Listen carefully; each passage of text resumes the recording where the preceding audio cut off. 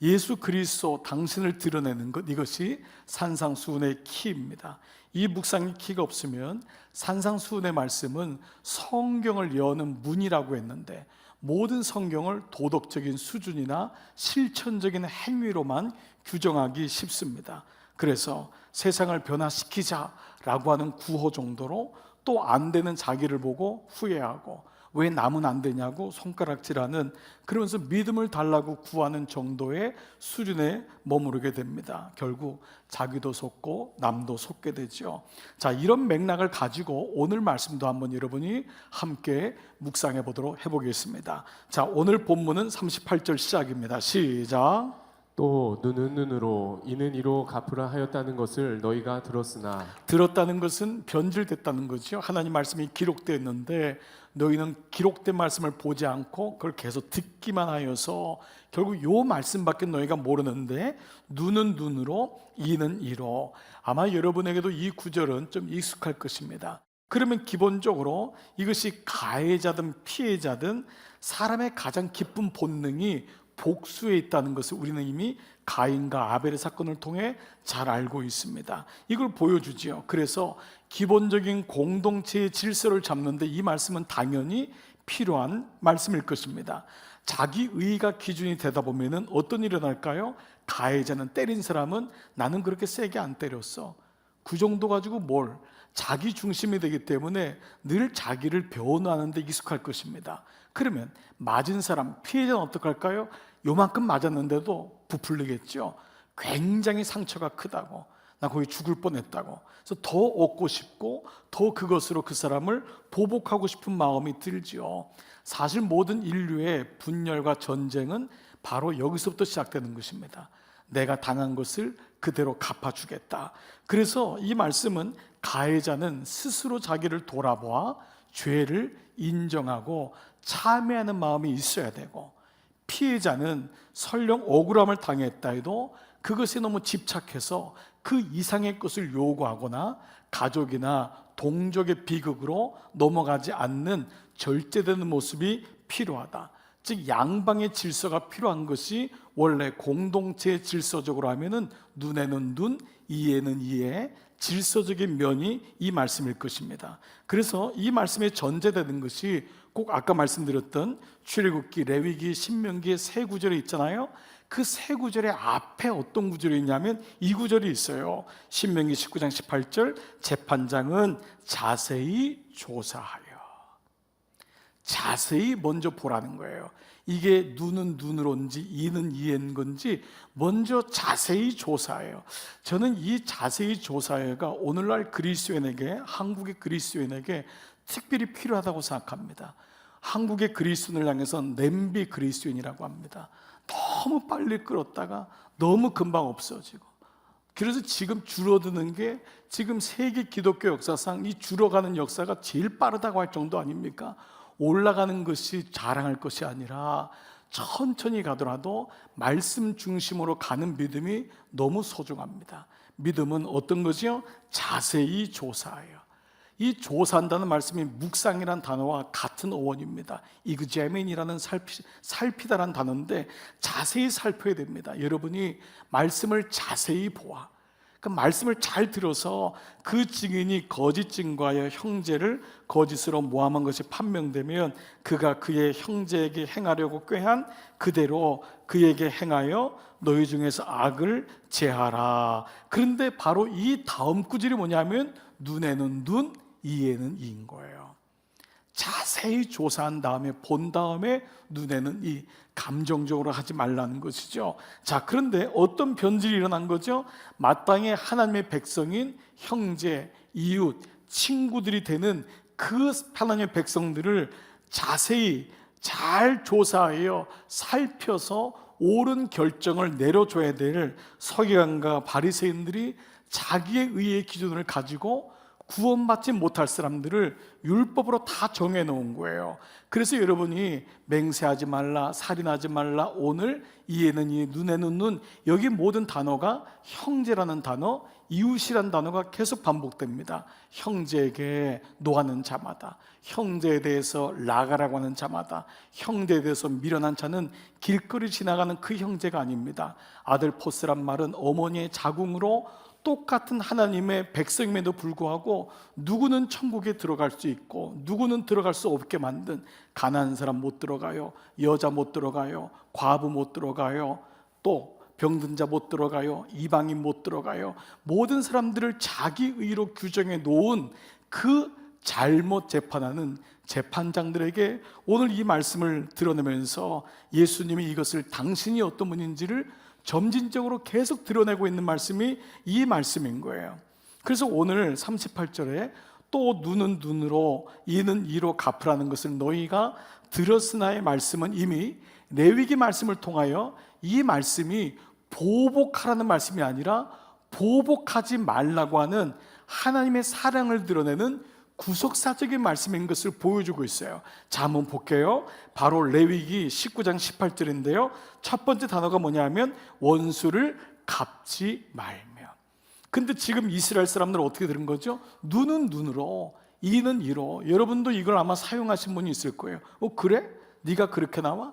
그럼 나도 내가 똑같이 한다. 내 아이한테 이렇게 해서. 우리 이런 식이 너무 많습니다. 여러분 마음에 표현하는 사람이 있고 표현하지 못해도 당했던 거 기억하고 쓴뿌리가 쫙 올라오는 거예요. 그 사람 딱 보면 쓴물이 올라오는 거죠. 네가 옛날에 그랬지. 그렇지만 두 사람 사이에 누가 다 있어요?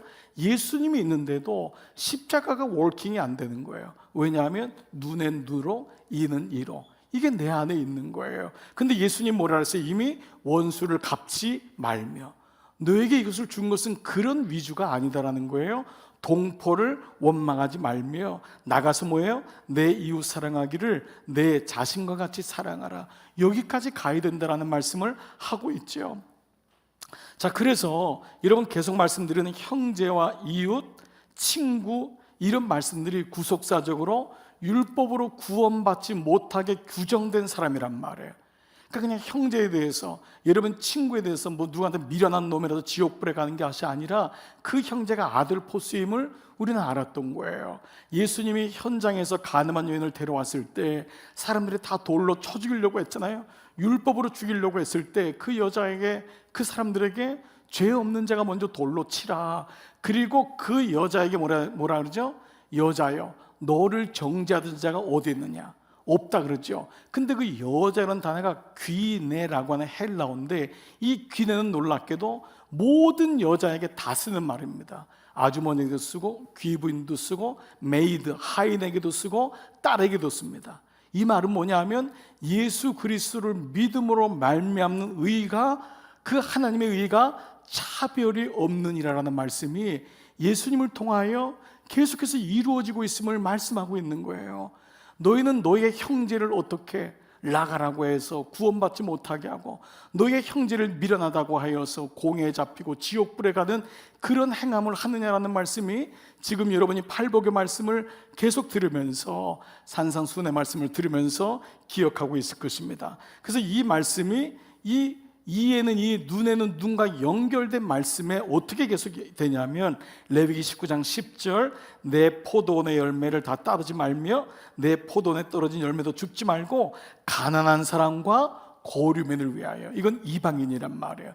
둘 다 뭐죠? 구원받지 못한 사람이에요. 눈에는 눈으로 해줘야 되고 이에는 이로 해줘야 되는 거예요. 근데 그들을 위하여서 버려두라는 거예요. 나는 너희의 여호와다. 자, 레위기 19장 좀 더 13절 보면은 너는 시작. 너는 내 이웃을 억압하지 말며 착취하지 말며 품꾼의 싹을 아침까지 밤새도록 내게 두지 말며 너는 귀먹은 자를 저주하지 말며 맹인 앞에 장애물을 놓지 말고. 자, 이 말씀들이 그 내 이웃은 뭐예요? 가난한 이웃이죠. 또 품꾼은 종이죠. 귀먹은 자, 맹인은 뭐예요? 장애인들이죠. 뭐예요? 다 구원받지 못하도록 규정된 사람들이잖아요. 그래서 이것을 구속사적으로 시편에서 주님이 어떻게 설명하셨냐? 시편 103편 10절 우리의 죄를 따라 우리를 처벌하지는 아니하시며. 눈에는 눈이라면 우리는 처벌 받아야 되잖아요. 근데 하나님이 뭐라 그랬죠? 우리의 죄를 따라 우리를 처벌하지는 아니하시며 우리의 죄악을 따라 우리에게 그대로 갚지 아니하셨으니, 이것이 하나님의 마음이라는 거예요. 내가 너에게 이 말씀을 준 이유가 이거라는 거예요. 이는 하늘이 땅에서 높은 같이 동해 서에서 먼 것 같이 우리의 조가를 우리에게서 멀리 옮기셨으며, 이것을 준 진의다라는 거죠. 근데 이것이 변질되어 그 대목만 따가져 온 거예요. 뭐로요? 눈에는 눈, 이에는 이로. 하나님의 어떤 분인지를 잃어버린 채 껍데기적인 율법만 붙잡고 하나님의 자녀인 형제와 이웃과의 관계 속에서는 하나님이 사라진 거예요. 지금도 얼마나 많은 그리스도인들끼리 눈에는 눈, 이에는 이로 살아가고 있습니까? 그 다 껍데기만 붙잡고 있는 거예요. 하나님의 진리를 모른 채 행위적인 믿음만을 가지고 살아가는 사람들이 얼마나 많아요. 이런 가운데 예수님은 하나님의 백성을 힘들게 하고 그 이웃을 고통을 주고 핍박하는 그런 악한 자가 있다면, 그 악한 자에게 대해서 너희는 눈은 눈으로 이는 이라고 들었지만 이렇게 해야 된다 라는 말씀을 네 가지의 경우를 들면서 말씀하십니다. 자, 하나씩 한번 묵상해 보겠습니다. 39절 시작. 나는 너희에게 이르노니 악한 자를 대적하지 말라. 누구든지 내 오른뺨을 치거든 왼편도 돌려대며. 자, 여러분이 이 말씀을 보면서 두 가지를 기억할 것인데, 하나는 오른뺨이고 왼뺨이잖아요. 두 가지씩 나옵니다. 하나는 뭐냐 하면 그들이 자랑하는 나의 의, 서기관과 바리새인의 의로 여기까지 할 수 있지만, 예수 그리스도를 믿음으로 말미암는 하나님의 의, 예수님의 의는 여기까지 가야 된다는 것이 이 구조로 한번 보겠습니다. 악한 자를 대적하지 마라. 누구든지 그 악한 자가 너의 오른뺨을 치거든. 이것이 첫 번째 서기관과 바리새인들의 의입니다. 자, 오른뺨을 때린다는 것이 왜? 이 오른뺨을 친다는 건, 여러분, 유대인은 오른손이 기본입니다. 왼손은 나오질 않아요. 왼손은 악한 것입니다. 이건 쓰던 손이 아니에요. 오른손을 기준으로 때리면은 어느 뺨이 맞죠? 왼뺨이 맞게 되어 있습니다. 근데 오늘 뭐죠? 오른뺨을 맞는 거예요. 왼뺨을 맞아야 되는데, 오른뺨을 맞는 것은 이렇게 때린 것이 아니라 이렇게 때리는 것입니다. 뭐죠? 손등으로 때린다는 것입니다. 유대인 등의 손등으로 때린다는 것은 가장 하급적이고 종과 노예에게 하는 행위입니다. 모멸감을 줄 때 너는 손바닥으로 때리는 것도 아깝다. 손등으로 맞아야 된다. 이것이 손등으로 때리는 것입니다. 그런데 손등으로 맞는 모멸감도 유대인 입장에서는 그것도 의라고 할 수 있습니다. 그런데 맞은 다음에 왼뺨도 돌려대라는 것입니다. 완전한 인내로 상대방의 분노와 비열함에 말려들지 말고, 너는 하나님을 믿으니까, 하나님을 아는 자니까 왼뺨까지 돌려대라고 하는 첫 번째 말씀이 우리는 보게 될 거예요. 자, 그러나 일단 하나씩 한번 봐볼게요. 두 번째 40절 시작.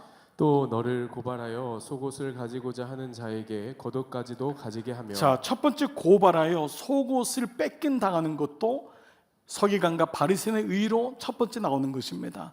자, 어떤 사람이 너를 고발해서 속옷까지 가져가는 것은 뭐 다 가져간다는 의미를 가지고 있잖아요. 그런데 겉옷이라는 단어가 예수님의 의로 등장하는 구조입니다. 겉옷은 왜 그럴까요? 남의 속옷을 재판하는 자는 완전히 강팍한 자고 악한 자인데, 그런데 이 겉옷은 뭐냐 하면 구약 성경 출애굽기에 이 겉옷을 가져가는 건 안 되게 돼 있어요. 왜냐하면 가난한 자에게 있어서 겉옷은 그의 전부예요. 생명이에요. 왜냐하면 기온차가 높은 이 광야에서는 겉옷이 옷이며 동시에 이불입니다. 그래서 그는 해가 질 때는 겉옷이 없으면 죽음을 당하는 경우가 있기 때문에 속옷은 재산이 되지만 겉옷은 생명이 되는 경우를 얘기하고 있어요. 세 번째 41절을 보십시오. 시작. 또 누구든지 너로 억지로 오리를 가게 하거든 그 사람과 심리를 동행하고. 또 두 가지 단어가 비교됩니다. 하나는 오리요, 하나는 심리입니다. 이 억지로는 단어는 여기는 원래 원어에는 없는데, 이 말은 왜 없냐면 이 자체가 이 자체가 그 당시에 부역을 요구하는 단어이기 때문에 억지로 한 단어를 쓸 이유가 없었습니다. 그러니까 원어에는 억지로가 없지만 누군지 오리를 가게 한다는 건 뭐냐면 그 당시 지배하는 국가가 피지계층을 거리에서 보거나 어떤 사람 볼 때 그냥 끌고 갈 수 있는 거예요. 아니면 짐을 들게 갈 수 있는 거예요. 그래서 이 올이라고 하는 것은 이 헬라어 말에는 밀리온이라고 나와 있어요. 밀리온. 이거는 로마 병정들의 첨보를 의미합니다. 그 정도 거리가 보니까 한 2,000m 정도 된더라. 그래서 우리가 이것을 여기서 나온 게 마일이 나왔습니다. 미국에서 마일로 쓰잖아요. 마일이 한 1,700, 1,600m 좀 넘는데 비슷비슷하게, 그러니까 우리나라에서는 심리가 4kg로 잡으니까 그거를 2kg로 해서 5리로 한 거예요. 그러니까 로마 병정의 제수라는 것은 부역을 말합니다. 그러니까 로마인이 볼 때 길에서 너 가자고 하면 가는 거예요. 이것이 어디서 나오냐면 바로 여러분이 잘 아는 구레네 시몬이 예수님의 십자가를 대신 지고 올라가는 장면이 바로 그렇게 이어지는 장면이기도 합니다. 자, 이렇게 부역을 요구했는데 그 사람에게 뭐죠? 심리를 동행하라는 말씀입니다. 자, 좀 더 과장하면 그 내 아들 대신 군대 가줄 수 있냐라는 거예요. 예, 그 정도 군대 가주는데 더 그냥 거기서 계속 있어야 된다는 거죠. 그 정도의 아량이 있어야 되지 않겠느냐라는 말씀입니다. 자, 네 번째 심지어 뭐죠? 42절 시작. 내게 구하는 자에게 주며 내게 꾸고자 하는 자에게 거절하지 말라. 첫 번째 뭐죠? 주는 것이고 두 번째는 거절하지 말라는 거예요. 주는 건 뭐예요? 구하는 자에게 돈 없어? 가난해? 또 빌려줘. 보증 서달라고 해. 보증 서. 그러나 거절하지 말라는 건 뭐예요? 모든 것에 대해서 절대 그 사람을 내치지 말라라는 말씀입니다. 여러분 중에 형제 중에 친지 중에 누가 어렵다고 하면 베풀으셔야 되잖아요. 보증 서다 오죽하면 보증 서달라고 하겠어요. 보증 서야 되잖아요. 왜 아멘 안 하세요? 예수님이 지금 하라고 하잖아요. 오른밤 치면 왼밤도 내밀고 오래 가자고 하면 미안해 심리까지 가줄게 라고 해야 되잖아요. 근데 물론 그러면 너무도 좋을 거예요. 그런데 여러분 이 말씀을 다시 한번 적용해 보자고요. 이 말씀을 가지고 조금 비슷하게 살면은 착한 그리스도인, 만약 좀 더 매몰차고 좀 더 자기에게 정직하고 이건 이렇게 해서 해결될 게 아니라고 생각하면은 사랑이 없는 걸까? 어떻게 해야 되는 거예요? 어떻게 해야 되는 거예요? 그러니까 하나님 말씀이 적용으로만 끝나서는 먼저 되는 것이 아니라는 것을 산상수는 말씀하세요. 여러분에게 이 적용이 이루어지기를 바라요.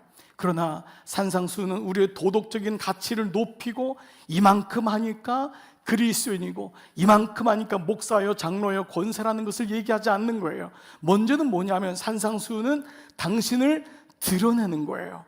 그렇기 때문에 여러분이 오늘 말씀을 묵상하면서 여러분 중에는 발견하신 분이 있을 거예요. 누구를요? 예수님을.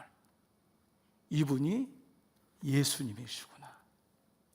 이분이 예수님이시구나. 그래서 산상수는 점진적으로 주님이 어떤 분인지를 드러내고 있는 말씀인 거예요. 말씀을 마무리해 볼게요. 한 분 이런 고백을 하더라고요.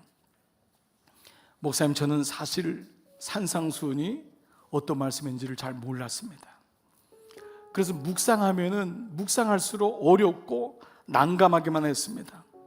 근데 어느 날 제가 예수님이 아닌 제 자신과 행위에 우선순위를 두고 있는 제 모습을 보았습니다. 저는 굉장히 중요하다고 생각해요.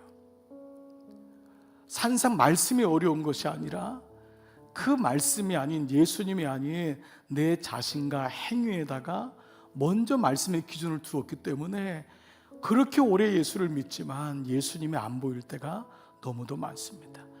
제자들을 데리고 산 위에 올라가셔서 주님은 당신이 누구신지를 말씀하고 싶었던 거예요. 당신이 어떤 죽음을 당하시고 당신이 어떤 삶을 사는지를 말씀하고 싶으셨어요. 내가 복이다.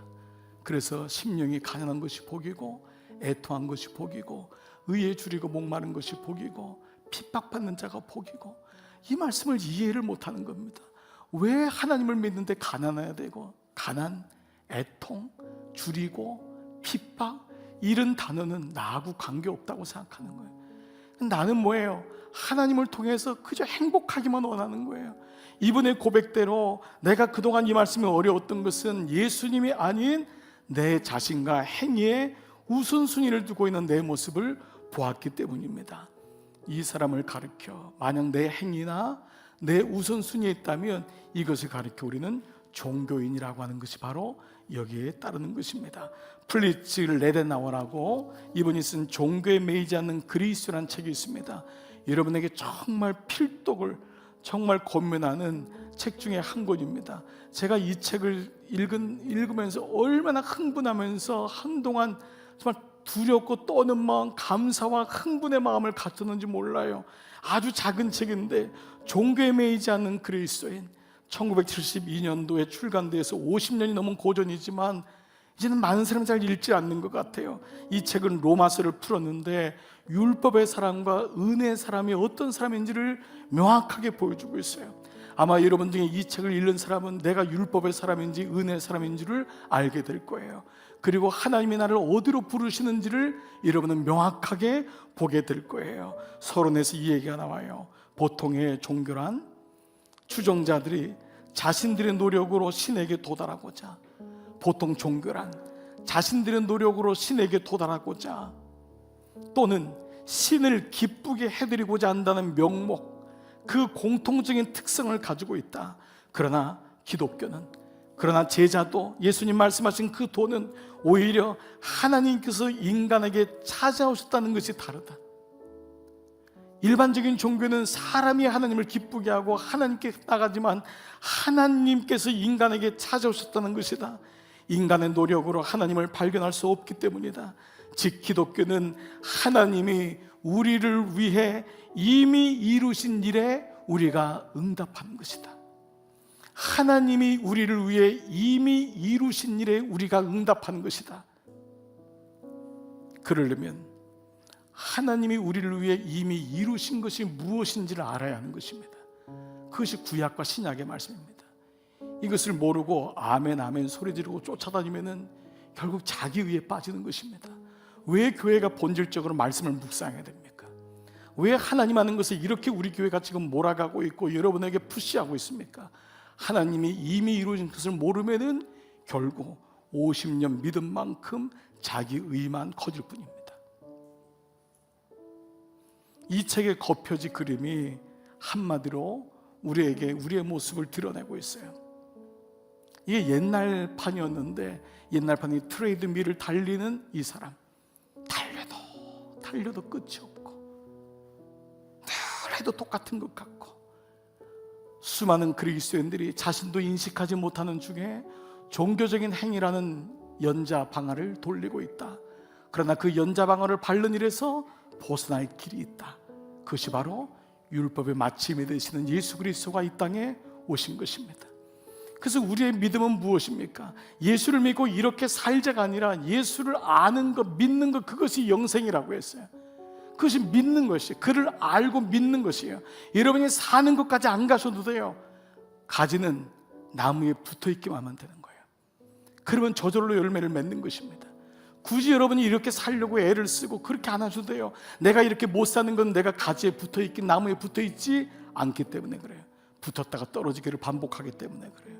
내가 붙어있기만 하면은 사랑하지 말라고 해도 사랑하고 용서하지 말라고 해도 용서합니다. 내가 붙어있다가 또 인위적으로 나오고 내 의를 가지고 살기 때문에 그래요. 땅이 스스로 열매를 맺을 수 없습니다. 씨가 들어와야지 열매가 만들어지는 것입니다. 산상수훈은 이렇게 하고 이렇게 살라고 하는 실천의 말씀 이전에 예수님이 어떤 분인지를 우리에게 계속 드러내고 있습니다. 목사에게 있어서 가장 여러분 어려운 위기는요, 이렇게 살라고 얘기하지 못하는 게 아닙니다. 기술적으로 여러분보다 훨씬 능합니다. 그러나 그렇게 예수님을 더 알지 못하는 한계에 부닥칠 때 오는 절박감이에요. 예수님을 더 많이 알지 못하고, 그래서 더 많이 가르쳐드리지 못하고, 이렇게 살고 저렇게 살라고 하는 기술적인 문제가 아니라 그 예수님이 어떤 분인지에 대해서 그것을 가르쳐주지 못하는 그 벽에 도달했을 때의 아픔, 그래서 그분을 알고 믿는 것, 이것이 영원한 생명이라는 것입니다. 우리는 결국 예수님의 이 말씀들을 통해 나의 의가 드러나게 되고, 내 의를 가지고 믿음 생활했었구나, 혹은 서기관과 바리새인의 의로도 되지 않는구나. 그것은 바로 또 다른 의, 더 나은 의, 알터, 또 다른 의, 완전히 다른 예수 그리스도를 믿음으로 말미암는 하나님의 의가 차별이 없느니라. 모든 사람에게 임한 그 의, 그것이 바로 제자도입니다. 그래서 내 의에 절망할 때 그때 우리는 비로소 하나님을 바라보고 소망하게 되는, 그래서 하나님이 다스리는 삶으로 주님이 나를 견인하신 것을 경험하게 됩니다. 오늘 예배 참석하신 여러분 모두에게 이 은혜가 있기를 축복합니다. 그리고 오늘 이 산상수훈의 말씀에서 행위적인 믿음의 적용이 아니라 예수님의 어떤 분인지를 더 묵상하시면서 그분께 간다면 여러분, 우리의 행위는 비록 부족할지라도 분명히 주님과 동행하는 삶을 살면서 주님의 기쁨이 되는 그런 삶을 누리게 될 줄 믿습니다. 이번 한 주간도 여러분 안에 묵상과 동행이 계속 이루어지기를 주님의 이름으로 축복합니다. 아멘.